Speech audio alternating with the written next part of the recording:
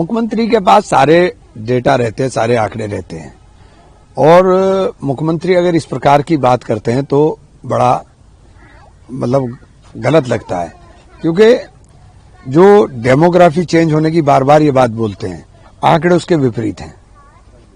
जो आंकड़े उसके विपरीत हैं 27 में आएंगे। अभी आपने SIR कराया, उसके अंदर आपने CA NRC के अंदर ड्रामा कैमरा तमाशा किया, उसके अंदर ये सारी चीजें आपके पास हैं। तो ये आपको सिर्फ चुनाव की अंदर अपनी हार का डर सता रहा है, इसलिए आप ये बोल रहे हैं। उसी बारे में आगे बोलते हुए कह रहे हैं कि इससे जो है सामाजिक और सांस्कृतिक पहचान के लिए गंभीर चुनौती बन सकती है। नहीं, जो चुनौती अभी खड़ी हुई है, जो बांग्लादेश के अंदर हिंदुओं को मारा जा रहा है, उस पर आप तो दबाव बना नहीं रहे। गवर्नमेंट ऑफ इंडिया पे आप दबाव बनाएं। आपकी सरकार हिंदू हिंदू हिंदू करके चिल्लाती है देश में भी और प्रदेश में भी, लेकिन जहां असल हिंदू खतरे में है उसके लिए आप कुछ नहीं कर रहे हो। उसके लिए तो आपकी जबान के ऊपर ताला लग गया, आपके अंदर दम नहीं है।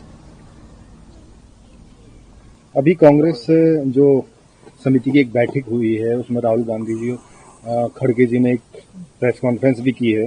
खड़गे जी जो है उन्होंने कहा है कि जो संसद में हालिया जो शीतकालीन सत्र हुआ और उसमें जो MGR ये लाया गया और इसमें जो उन्होंने कई सारी चीजें कही, गरीबों को पेट पर लात मार रहे हैं, इस तरह की चीजें कर रहे हैं, तो कैसे देखते हैं आप? देखिए, गरीबों का सबसे बड़ा सपना मनरेगा के माध्यम से पूरा करने का काम हमारी नेता सोनिया गांधी जी ने 2005 के अंदर किया था और वो एक ऐसी कामयाब योजना थी जो सीधे गरीबों को रोजगार देने का काम करती थी।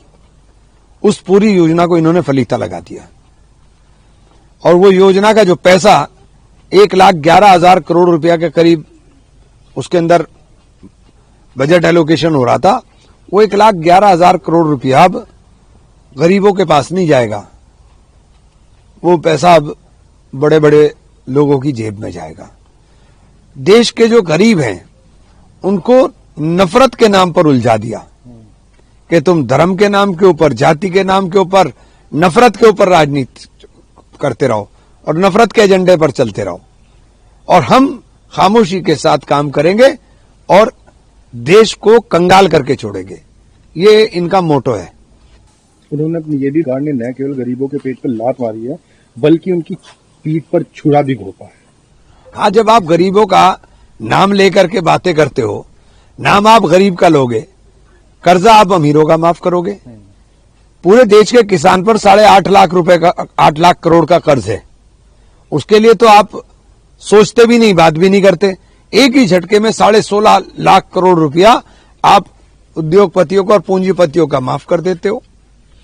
किसी गरीब किसान के ऊपर RC कटती है तो उसके घर को नीलाम कर देते हो, उसमें टाइम नहीं लगता आपको।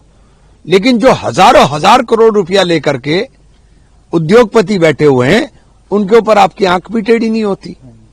तो ये जो दोहरे मापदंड देश के अंदर चल रहे हैं, इन दोहरे मापदंड के खिलाफ ही तो हम लोग बात कर रहे हैं।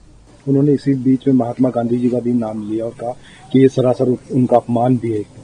देखिए, ये महात्मा गांधी का अपमान है, बाबा साहेब भीमराव अम्बेडकर का अपमान है। महात्मा गांधी जी का सपना था कि देश के अंदर रहने वाले प्रत्येक नागरिक को समान अधिकार और उनके घर में दिया जलने का काम हो।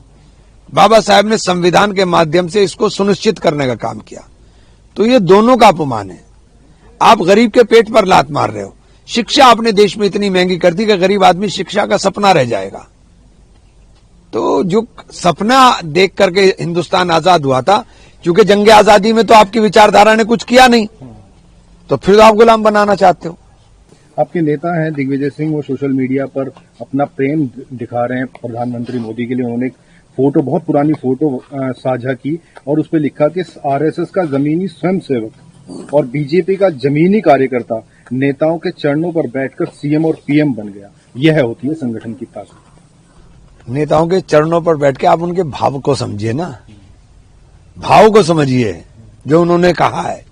आप उसके अर्थ गलत निकाल रहे हो, सही अर्थ निकालो उसका। वहीं जो है आप देखा होगा कि उन्नाव बलात्कार का जो आरोपी है पूर्व विधायक सेंगर, उसको कोर्ट का मामला कर दिया, लेकिन अब दोबारा से उसमें CBI जो भी कोर्ट करे, सर्वोच्च न्यायालय जो भी कोर्ट का मामला है। कर्नाटक के जो गृह मंत्री हैं कांग्रेस नेता, उनके समर्थकों ने इंदिरा भवन के पास में जो है प्रदर्शन किया और मांग की कि उन्हें कर्नाटक का अगला मुख्यमंत्री बनाया जाए। तो पार्टी हाईकमान का फैसला है, इसके अंदर मैं क्या बोल सकता हूं।